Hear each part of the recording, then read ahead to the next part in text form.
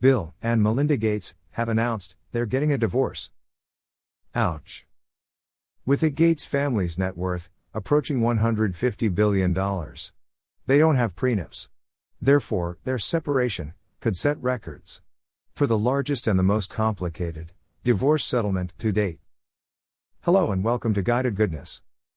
In 2019, Ms. Gates said, in an interview at the Sunday Times of London, when he was having trouble making the decision about getting married, he was incredibly clear that it was not about me, it was about, can I get the balance right between work and family life?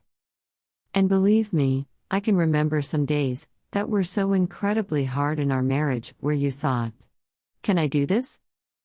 An adequate work-life balance is incredibly important for your life. You are only alive for a very short time after all. It might sound cliché, but it's true. The longer you are alive, your perception of time changes and feels much faster because there is much less newness than at the beginning of your life. Also, time demands are limited to school, hobbies, and maybe an after-school job. It's easier to maintain perfectionism, but as time passes by, life becomes complicated and responsibilities mushroom. Therefore, perfectionism eventually leads to burnout and becomes destructive. The older you get, the harder it becomes to be a perfectionist and a high achiever, neurologically and psychologically speaking. That would be tip number 1.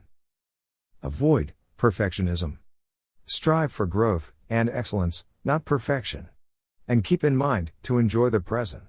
It's all we have after all. Instead of dedicating yourself entirely to work and productivity, enjoy and don't miss out the wonderful big and small things life has to offer. Number 2, unplug. Just one word, unplug. Who hasn't felt pressured, yet addicted to their phones? It's absolutely toxic. Don't check other people's lives on Instagram, because your time on Earth is limited. So relax, breathe, and enjoy the ride. Stress is obviously bad for yourself. So, part of self-care is learning to avoid as much of it as possible. And talking about self-care, we come to number 3. Exercise and meditate. Even when we're busy, we make time for the crucial things in life. We eat, sleep, and go to the bathroom. And yet, one of our most crucial needs, exercise, is often the first thing to go when our calendars fill up. It's understandable. Exercising requires effort and energy. And obviously, as humans, we want to save as much energy as possible. Evolution favors conserving energy.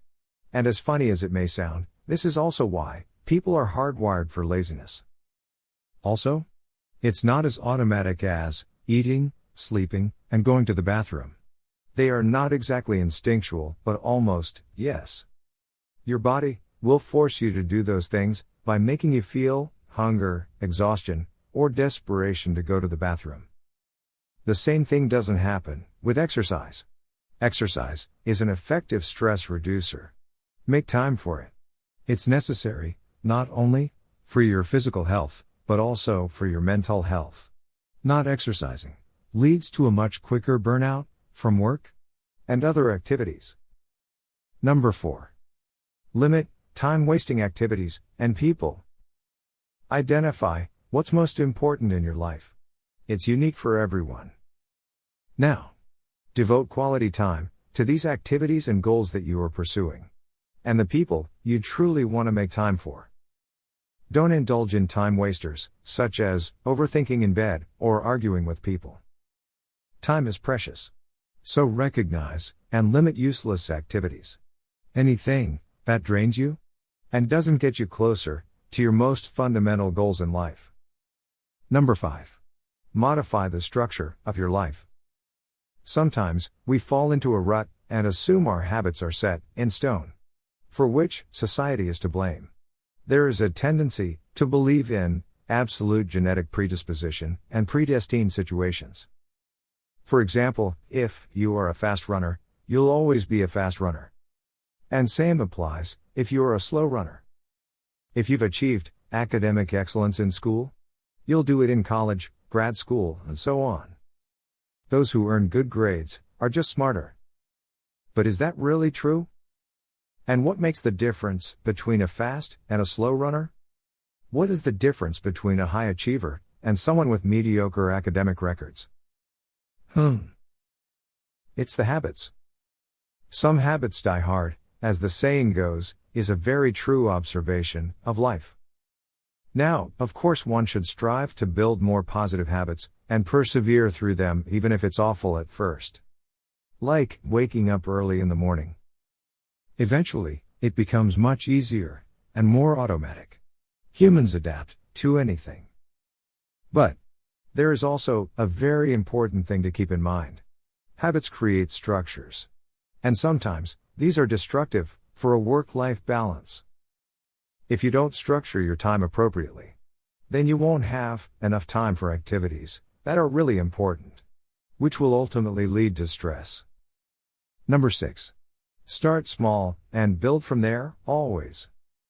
Many workaholics, or those on a diet, commit to drastic changes. Cutting their hours from 80 hours a week to 40. Cutting all sugar, or most carbs, and only eating broccoli for a week.